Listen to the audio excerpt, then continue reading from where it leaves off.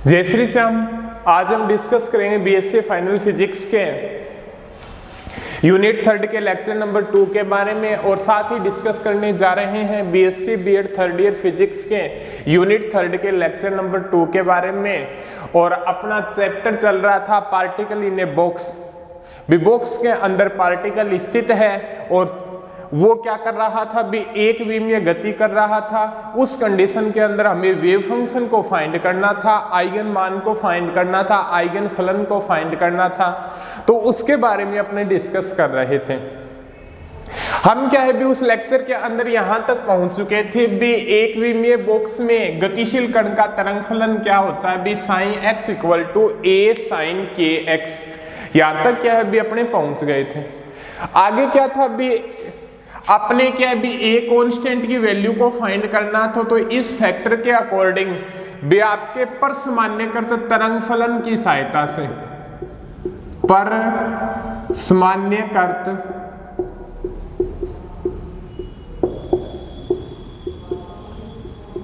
तरंग फलन की सहायता से क्या है भी अपने क्या है भी कांस्टेंट ए की वैल्यू को क्या है भी हम फाइंड कर सकते थे। ठीक है, तो अपने आगे क्या है इस लेक्चर के अंदर देखना था वो देखिएगा आप।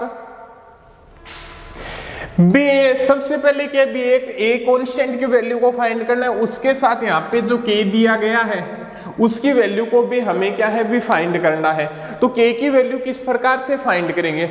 अपने पास क्या भी श्रोडिंगर इक्वेशन मानी थी, उसका हल क्या था sine x equal to a sine k x plus b cos k x. ये चीज आपके सामने आई थी। ठीक है, अब x इक्वल टू ए पे साइन ए क्या हो जाएगा भी आपका 0 हो जाएगा। x इक्वल टू ए की कंडीशन के ऊपर आपका साइन ए फैक्टर क्या होगा 0 होगा।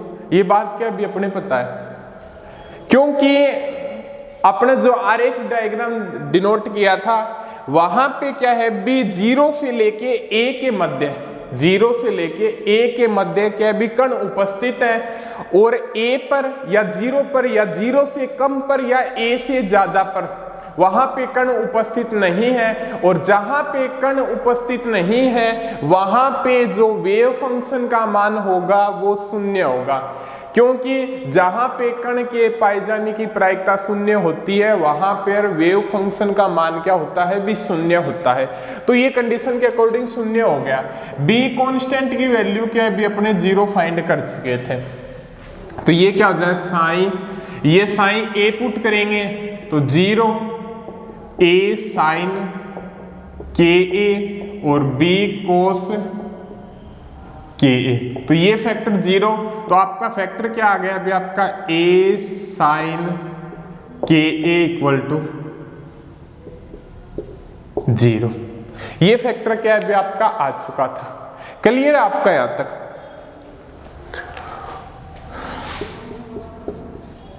साइन के ए इक्वल टू क्या हो गया अभी आपका 0 हो गया, और के ए साइन इनवर्स 0 कब होगा किस पे n पाई की कंडीशन के ऊपर होगा। ठीक है, n की वैल्यू के बारे में थोड़ा डिस्कस करेंगे। वैसे n की वैल्यू तो यहाँ पे क्या है 0 1 2 3 4 5 6 हो जाएगी, बट अपने क्या भी 1 2 3 4 5 6 लेके चलते हैं। वो क्यों लेके चलते हैं उसके बारे में भी हम क्या है भी डिस्कस करेंगे। तो यहाँ पे जो आपके के कांस्टेंट की वैल्यू है वो क्या आ जाएगी भी के फैक्टर की वैल्यू क्या आ जाएगी n पाई बाई ए, ये आ जाएगी आपके। तो देखिएगा यहाँ पे रख देते हैं ए स्क्वेयर साइन स्क्वेयर 0 से लेके ए साइन स्क्वेयर, के की वैल्यू क्या है आपकी n pi x upon a dx equal to 1। यही है आपकी वैल्यू। ठीक है, क्लियर है आपका यहां तक। ठीक,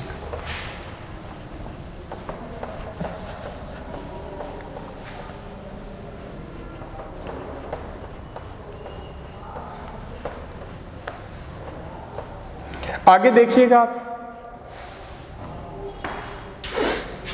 एक फॉर्मूला होता है भी साइन स्क्वायर एक्स क्या होता है भी आपका, sine square x 1 minus cos 2x/2 होता है। ठीक है, इस फॉर्मूले की सहायता से यूज करेंगे तो ये क्या हो जाएगा भी आपका, sine square x equal to क्या होता है 1 माइनस कोस 2x/, क्या होता है भी 2 होता है। तो a स्क्वायर बाई 2 0 से लेके a 1 minus cos 2n pi x upon a और dx इक्वल टू 1, ये चीज आ गई आपकी। क्लियर आपका यहां तक? ठीक है, अब आगे देखिएगा, a square by 2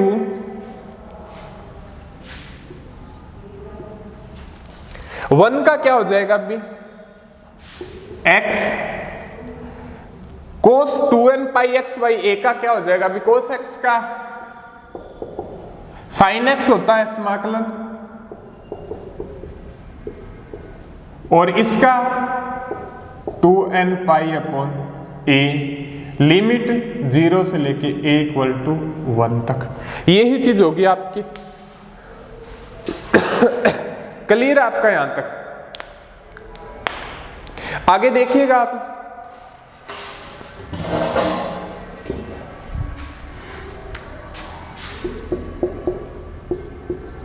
a square by 2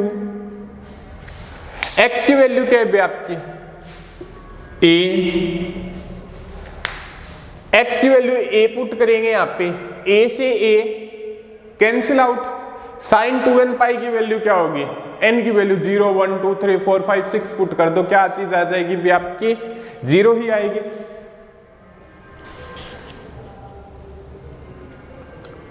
हाँ जी ठीक है, क्या आ जाएगी भी आपकी 0 ही आएगी, तो 0 minus 0 minus sign 0 0,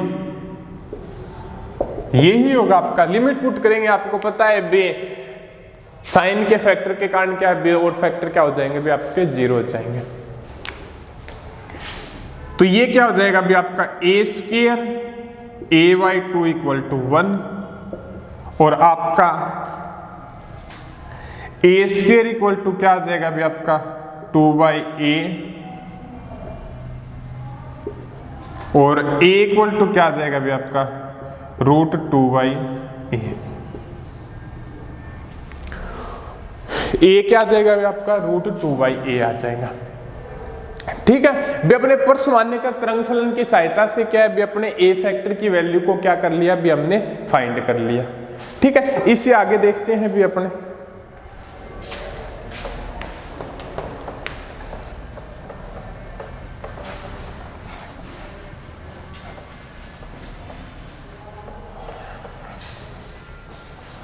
a factor की वैल्यू क्या प्राप्त हुई भी आपके सामने,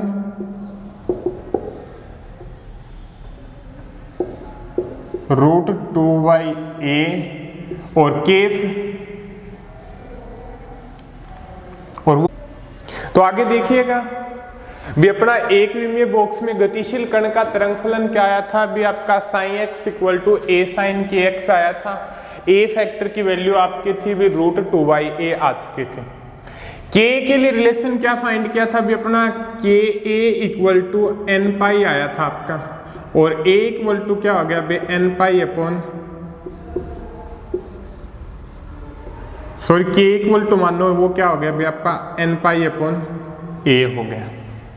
ठीक है, वैल्यू पुट कर दो आप, क्या आ जाएगा भी आपका sin x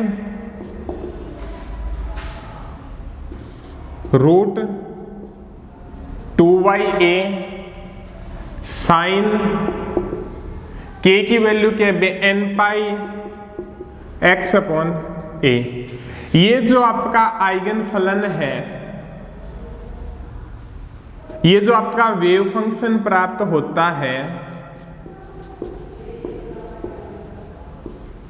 वो आपका क्या कहलाता है भी आपका आइगन फंक्शन कहलाता है। क्या कहलाता है भी आपका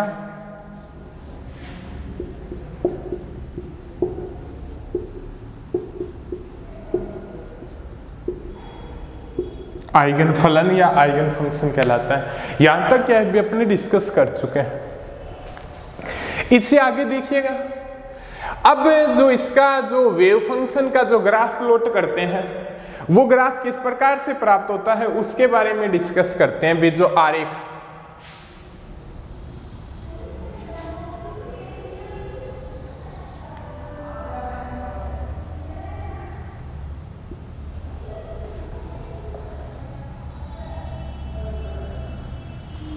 ये हो गया आपका,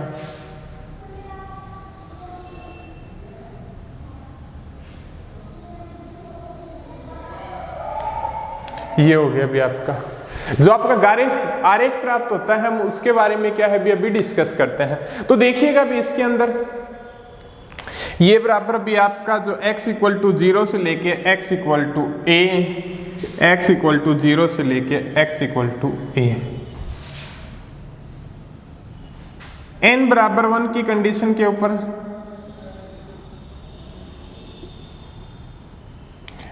n बराबर 2 की कंडीशन के ऊपर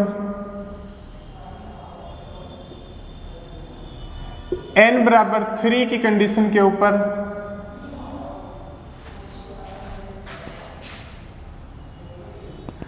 n बराबर 1 की कंडीशन के ऊपर n बराबर 2 की कंडीशन के ऊपर, सॉरी बाय मिस्टेक्स,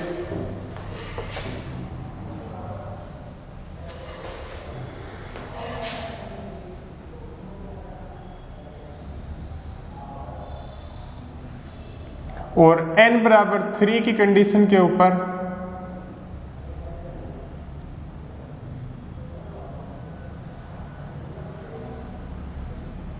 इस प्रकार का क्या है भी आपके सामने आरेख प्लॉट होता है।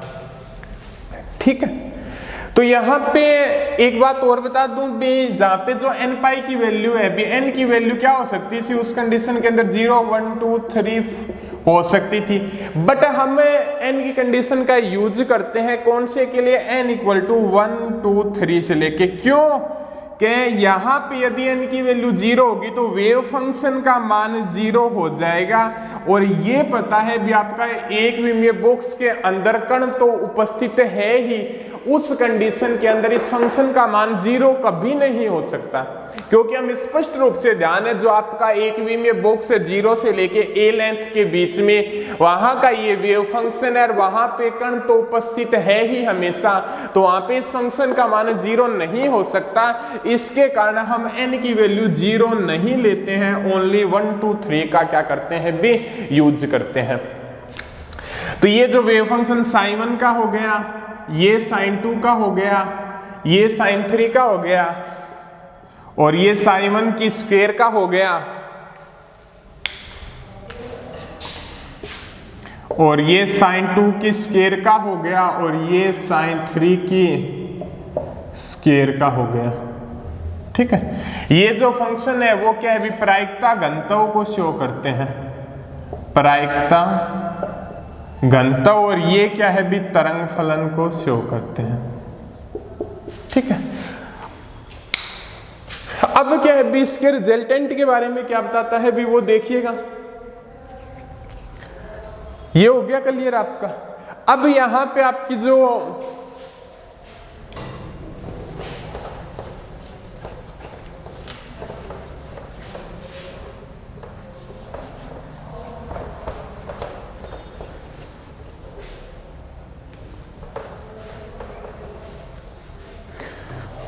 देखिएगा आगे इससे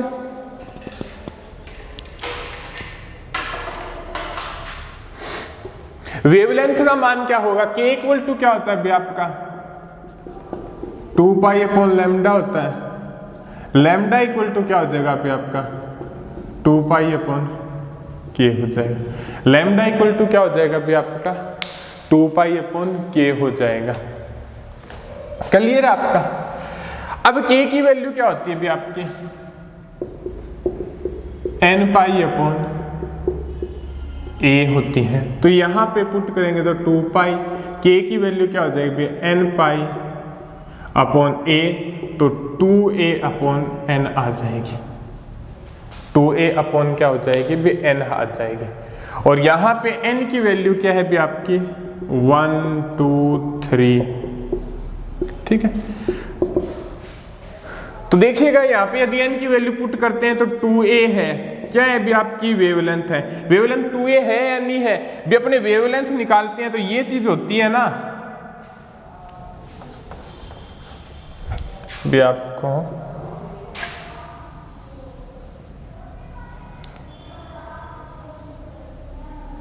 या तो ये चीज ले लो और या क्या है भी आप ये चीज ले लो, या तो ये चीज ले लो, ये वेवलेंथ होगी, या क्या होगी भी ये वेवलेंथ होगी। ये दूरी क्या है भी आपकी, यहां से लेके यहां तक की दूरी क्या है भी आपकी a है, तो ये दूरी a है, टोटल दूरी क्या हो जाएगी भी आपकी 2a हो जाएगी। और ये दूरी भी क्या है भी आपकी a है, ये a/2 है, ये a/2 है, तो ये दूरी भी क्या हो जाएगी भी आपकी 2a हो जाएगी। वेवलेंथ का तो आपको पता ही होगा, सिंपल, ज्यादा मेथड यूज नहीं कर रहे। तो यहाँ पे वेवलेंथ क्या है 2a है। इस कंडीशन के अंदर क्या होनी चाहिए भी, ये ही दूरी होनी चाहिए वेवलेंथ की, a होनी चाहिए 2a, lambda equal to 2a upon 2 put करोगे तो वेवलेंथ क्या आ जाएगी भी आपकी a आ जाएगी। इस कंडीशन के अंदर आपकी वेवलेंथ क्या है भी a है। एक तो ये हो गया भी आपका वेवलेंथ का कंसेप्ट। दूसरा आगे डिस्कस करते हैं भी अपने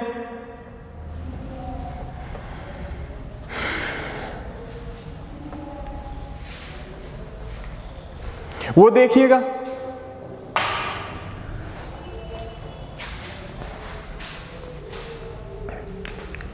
लैम्डा इक्वल टू क्या है भी आपका 2a अपॉन n है, तो a की वैल्यू क्या आ जाएगी भी आपके n लैम्डा बाई 2 आ जाएगी।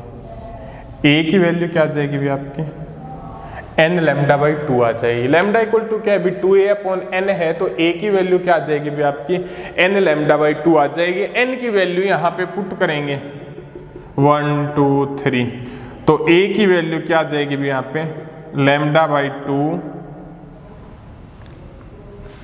और ये लैम्डा और 3 लैम्डा बाई 2, ये ही होगी। कहने का मतलब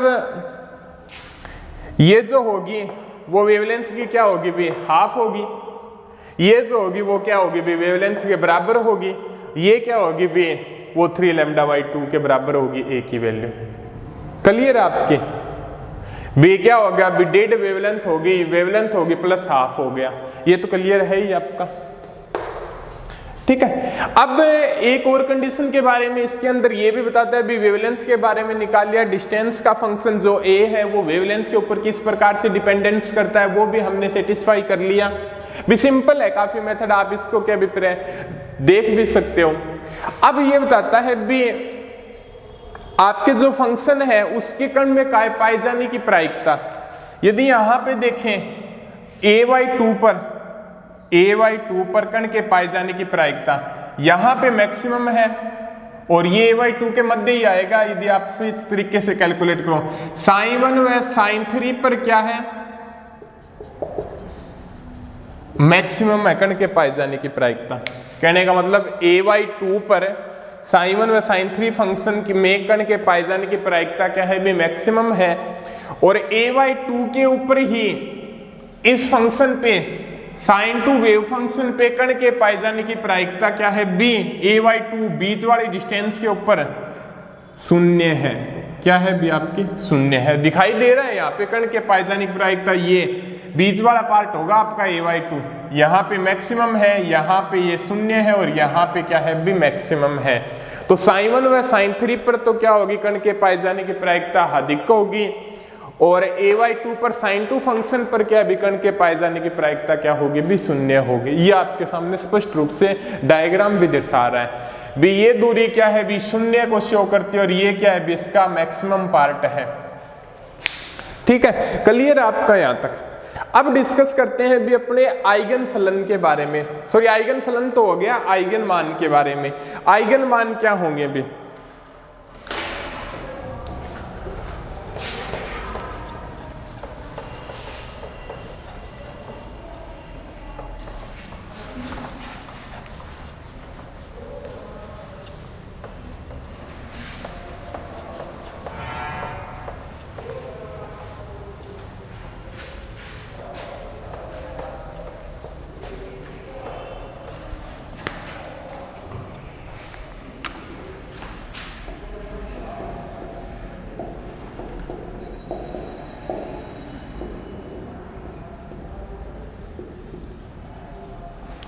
आइगन मान क्या होंगे भाई? आइगन मान अपने ये कंडीशन प्राप्त हुई थी, एक तो ये कंडीशन प्राप्त हुई थी कि a equal to n pi था, और एक क्या था भी आपका k square equal to 2me upon h cut की स्क्वायर था। ये दो फंक्शन प्राप्त हुए थे आपके, ठीक है। एक तो ka इक्वल टू क्या है n पाई था, और k square equal to 2me upon h cut square था। तो यहां से देखिएगा k की वैल्यू निकाल लो, क्या आ जाएगी भी आपकी root 2me upon h cut square. k की वैल्यू आ जाएगी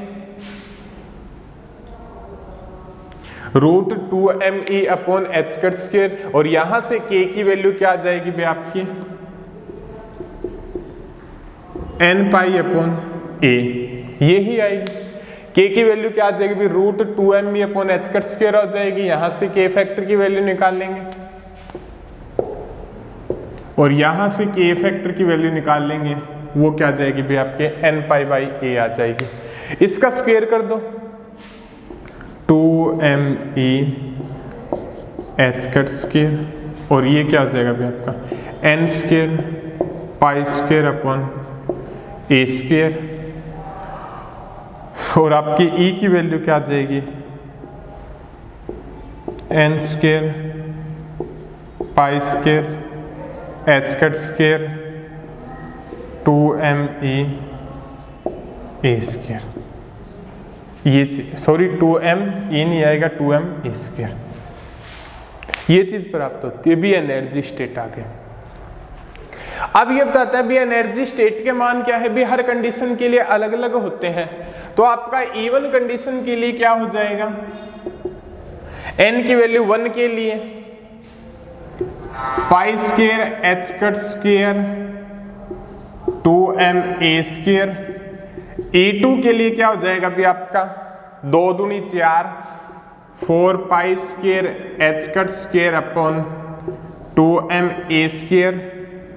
e3 के लिए क्या हो जाएगा भी आपका 3 तिया 9 pi square h cut square upon 2m a square, ठीक है। ये आपके क्या है भी इस प्रकार से क्या डिफरेंट एनर्जी स्टेट क्या होते हैं भी चलते हुए जाएंगे, ठीक है। क्लियर आपका यहां तक? आगे देखिएगा भी आप इससे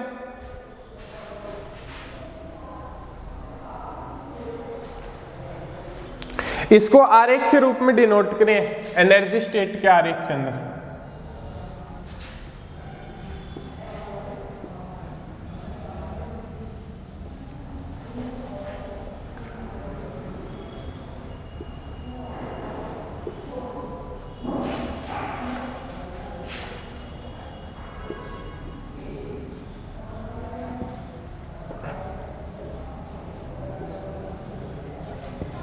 ये देखिएगा अब n बराबर 1 पे क्या है एनर्जी आपकी E1 है। n बराबर 2 पे एनर्जी आपकी क्या है E2। किसके इक्वल है आपकी, ये क्या फैक्टर आपका E1 है, 4 E1 हो गया। n बराबर 3 पे आपकी एनर्जी क्या है E3 है, वो किसके इक्वल हो गया आपका 9 E3 के। n बराबर 4 पे क्या हो जाएगी आपकी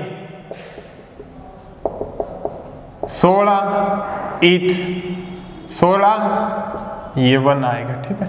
और e बराबर 5 पे क्या हो जाएगी भी आपकी 25 है।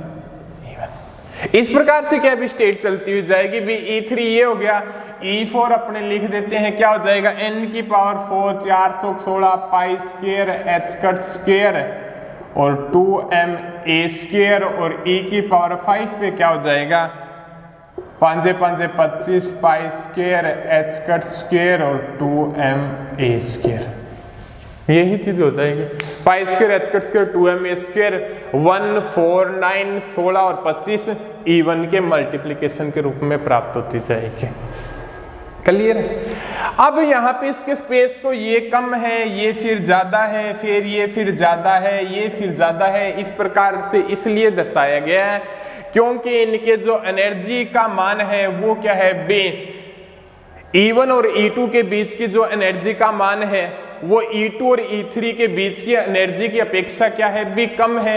इसके कारण यहाँ के स्पेस को क्या है भी कम ज्यादा फैक्टर के रूप में क्या है भी डिनोट किया गया है। आगे देखिएगा भी इससे एनर्जी स्टेट का आरेख हो गया। अब डिस्कस करते हैं भी अपने आइगन मान हो गए, ये जो फैक्टर होंगे आपके E1 E2 E3 E4 E5 E6 वो क्या है भी आपके आइगन मान कहलाते हैं। ठीक है,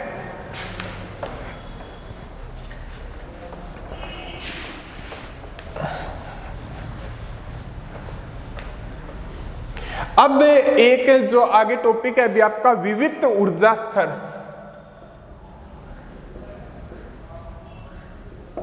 विविक्त ऊर्जा स्तर, discrete energy level.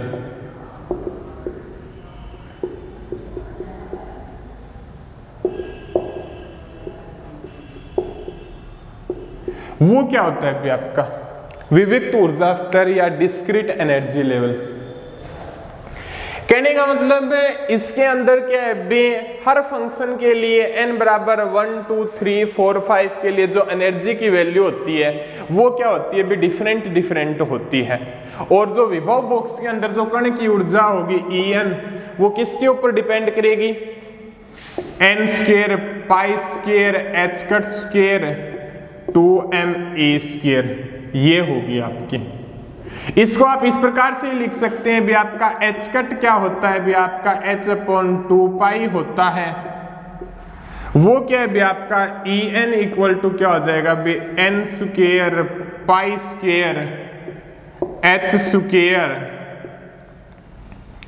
4 pi square 2ma square. और ये En फैक्टर को क्या है भी आप इस प्रकार से भी लिख सकते हो n square pi square h square 4 दूनी 8, पाई स्क्वायर से पाई स्क्वायर कैंसिल हो जाएगा, n square h square 8ma square, ये चीज आपकी आ जाएगी। ठीक है,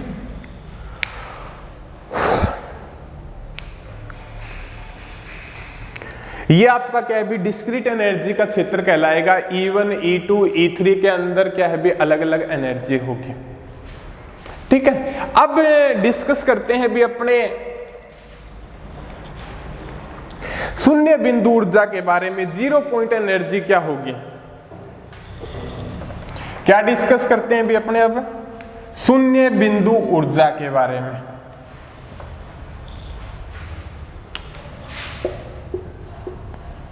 शून्य बिंदु ऊर्जा 0 पॉइंट एनर्जी। शून्य बिंदु ऊर्जा के बारे में डिस्कस करते हैं भी आपकी 0 पॉइंट एनर्जी क्या होगी, या इसको बोल सकते हैं भी आपकी मूल अवस्था ऊर्जा। मूल अवस्था ऊर्जा 0 पॉइंट एनर्जी या मूल अवस्था ऊर्जा क्या होगी आपके।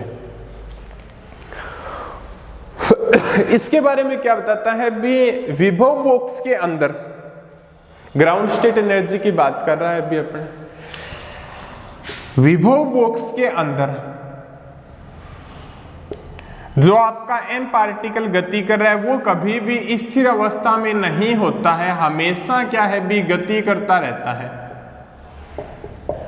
भी जो पार्टिकल गति कर रहा है वो कभी भी क्या है भी स्थिर अवस्था में नहीं होता है, वो हमेशा क्या है भी गति करता रहता है। जब वो हमेशा गति करता रहेगा तो उसकी कुछ न कुछ एनर्जी जरूर होगी, और उसकी कुछ न कुछ एनर्जी जरूर होगी तो 0 पॉइंट एनर्जी या ग्राउंड स्टेट एनर्जी ऑफ ए जो कि अभी आपका पार्टिकल है वो उसकी कभी भी जीरो नहीं होगी, और जब जीरो नहीं होगी तो उसकी मूल अवस्था ऊर्जा है शून्य बिंदु ऊर्जा E1 वाले फैक्टर वाली होगी। वो क्या हो जाएगी भाई आपकी pi square h cut square 2m² किस कंडीशन के अंदर, जब n की वैल्यू 1 हो। ये जो आपकी क्या कहलाएगी भी शून्य बिंदु ऊर्जा या मूल अवस्था ऊर्जा कहलाएगी। ठीक है, 0 पॉइंट एनर्जी के बारे में पता चल गया। अभी ग्राउंड स्टेट एनर्जी क्या होगी भी निम्नतम ऊर्जा होगी, बट इसके अंदर क्या है भी कोई भी पार्टिकल, जो पार्टिकल एक विमीय बॉक्स के अंदर गति कर रहा है वो कभी भी रेस्ट पोजीशन के अंदर नहीं होता है, और जब रेस्ट पोजीशन के अंदर नहीं होगा तो वो हमेशा क्या है भी गति करता रहेगा, और जब गति करता रहेगा तो वहां पे जो इसकी ग्राउंड स्टेट एनर्जी है वो शून्य नहीं होगी, वो निम्नतम ऊर्जा क्या है भी इस फैक्टर के बराबर होगी। वो क्या हो जाएगी भी आपकी pi square h cut square upon 2m² हो जाएगी आपके E1 फैक्टर की वैल्यू। क्लियर आपके यहां तक? आगे देखिएगा, डिफरेंस देखिएगा भी आप एक विमीय विभव बॉक्स में अंदर क्लासिकल मैकेनिक्स और क्वांटम मैकेनिक्स के अंदर डिफरेंस क्या होता है। क्लासिकल मैकेनिक्स और क्वांटम मैकेनिक्स के अंदर डिफरेंस क्या होता है उसके बारे में चर्चा करते हैं। Difference between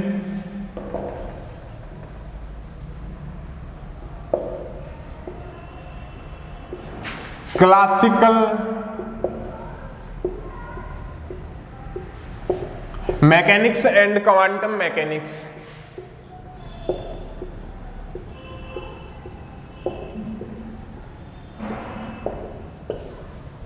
difference between classical mechanics and quantum mechanics किस कंडीशन के अंदर, एक विमीय बॉक्स के अंदर। एक विमीय बॉक्स के अंदर कोई पार्टिकल क्या है भी एक विमीय गति कर रहा है, उस कंडीशन के अंदर क्या होगा वो रिजल्टेंट देखते हैं। अभी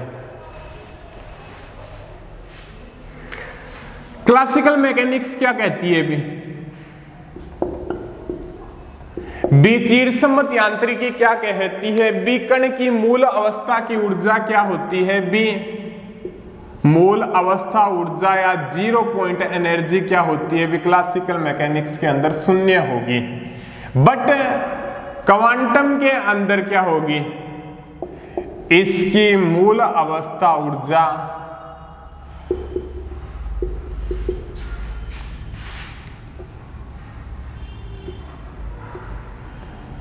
pi square h cut square 2m² होगी।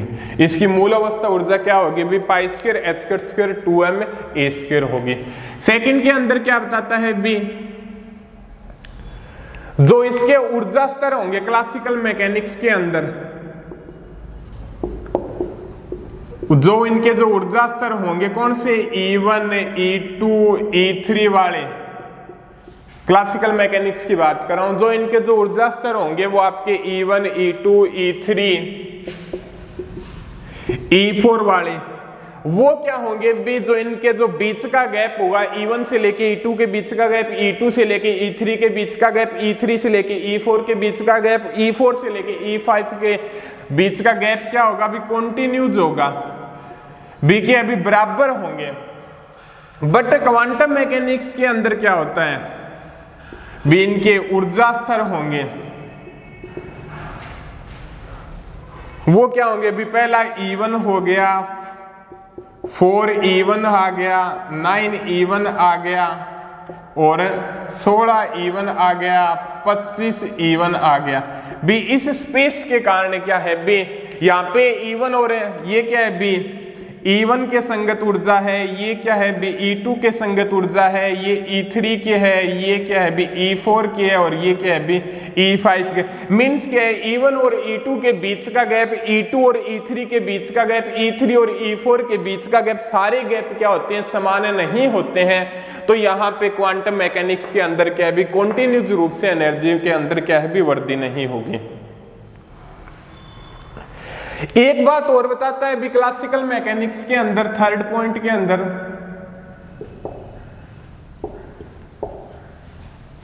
भी क्लासिकल मैकेनिक्स क्या बताता है भी चिरसम्मत यांत्रिकी के अनुसार कण की स्थिति वही होती है भी क्लासिकल मैकेनिक्स क्या बताती है, भी चिरसमत यांत्रिकी के अनुसार कण की स्थिति क्या होती है, वही होती है जहां पे पहले वाली स्थिति हो, मतलब वेव फंक्शन जो चेंज नहीं होती है, कण की स्थिति नियत बनी रहती है। बट क्वांटम मैकेनिक्स के अंदर क्या होता है भी, यहां पे कण की स्थिति क्या बनी रहेगी, नियत बनी रहेगी। बट क्वांटम मैकेनिक्स के अंदर आपने देखा था भी सम तरंग फलन थे भी, साइन व साइन 3 फलन थे, या विषम तरंग फलन मान लो। यहां पे a/2 या मध्य अवस्था में कण के पाए जाने की प्रायिकता क्या होती थी भी, अधिकतम होती थी। मध्य अवस्था में कण के पाए जाने की प्रायिकता क्या होती थी, वे अधिकतम होती थी। बट sin 2 पे देखा था हमने सम तरंग फलन, इसके जो मध्य अवस्था में कण के पाए जाने की प्रायिकता क्या थी भी, शून्य थी। तो ये डिफरेंस होता है, मतलब क्या है भी, हर स्टेट के अंदर कण के पाए जाने की प्रायिकता क्वांटम मैकेनिक्स के अंदर नियत नहीं होती, बट क्लासिकल मैकेनिक्स के अंदर कण के पाए जाने की प्रायिकता हर कंडीशन के अंदर क्या है भी, नियत होती है। एक बार और आपको रिवाइज करवा देता हूं भी, जो क्लासिकल मैकेनिक्स और क्वांटम मैकेनिक्स के अंदर इसका जो डिफरेंस है एक विमीय बॉक्स के अंदर, वो क्या है भी, इसके अंदर क्लासिकल मैकेनिक्स के अंदर जो ग्राउंड स्टेट एनर्जी होती है, जो क्या होती है भी, वो शून्य होती है। बट क्वांटम मैकेनिक्स के अंदर इसकी ग्राउंड स्टेट एनर्जी क्या होती है भी, π² h² 2m a² होती है, वो शून्य नहीं होती। इसके अंदर क्लासिकल मैकेनिक्स के अंदर जो इसके जो ऊर्जा स्तर है E1 E2 E3, हर ऊर्जा स्तर के जो बीच का गैप होता है वो समान होता है, बट इसके अंदर समान नहीं होता। अब ये कहता है भी क्लासिकल मैकेनिक्स के अंदर कण की स्थिति जो होती है वही रहती है, चेंज नहीं होती। बट क्वांटम मैकेनिक्स के अंदर क्या है भी, sin 1 sin 2 sin 3 जो वेव फंक्शन प्राप्त हुए थे, वहां पे कण की स्थिति क्या होती जाती है भी, चेंज हो जाती है। कहां पे पाए जाने की प्रायिकता अधिक होगी, कहां पे कम होगी, इस प्रकार से क्या है भी चलता रहेगा। तो ये हो गया भी आपका एक विमीय दृढ़ बॉक्स में कण अनंत विभव वाली कंडीशन के लिए। आगे डिस्कस करते हैं भी हम अगले लेक्चर के अंदर।